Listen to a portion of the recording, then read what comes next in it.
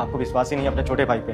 आप सीधा बोल दो ना कि मैंने पैसे चोरी किए हैं, पैसे निकाल के दे दूं आपको। ये सीधा बनने का ढोंग क्यों कर रहे हो आप? हाँ, नहीं कर रहा कोई ड्रामा। जिस हिसाब से तू खुद को डिफेंड कर रहा है ना, अब नहीं कर रहा कोई ड्रामा। दिखा मुझे बैग। बस यही दिन देखना बाकी रह गया था इस घर में। मुझे तो विश्वास ही नहीं हो रहा है कि वो बड़ा भाई जिससे मैं इतना प्यार करता हूँ, इतना सम्मान करता हूँ, अपने पिता के जैसा मानता हूँ, वो भाई मुझ पर विश्वास ही नहीं कर रहा है। उसके रिएक्शन से पता चल रहा है उसने चोरी करी है। अगर सच्चा होता अभी तक बैग खोल के दिखा नहीं देता। लेकिन क्या कर रहा है? इमोशनल ड्रामा कर रहा है यहाँ पे, क्योंकि बड़ा भाई है, बातों में तो आ ही जाएगा, फिर वो भेज देगा, वो बैग खुलवाएगा नहीं। लेकिन ये बैग आज यहाँ पे खुलेगा, तुम्हारी असलियत यहाँ पे सामने आएगा, तुम्हें घर से बाहर निकाला जाएगा। देखो भैया, कहाँ है पैसे?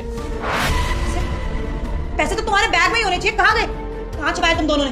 भाभी मैं बताती पैसे।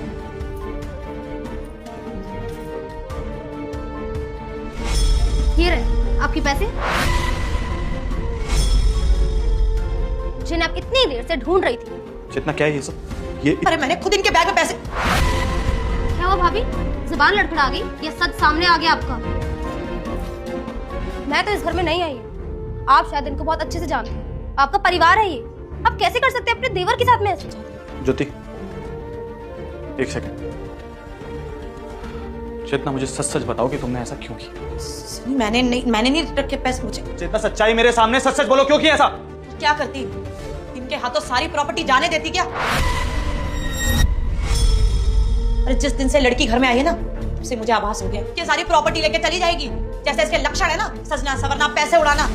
ऐसी लड़कियां ना लूट के ले जाते हैं घर को। अरे इतने टाइम तक इस घर को संभाल के रखा है मैंने, क्यों? क्योंकि मुझे पता था कि ये मेरा है, हमारा रहेगा। अब ये आ गया तो ये लेके चली जाएगी। आते वैसे भी इसने सतीश को तो बातों में रख ही लिया है ना, और सतीश लेके चले जाते हैं दोनों।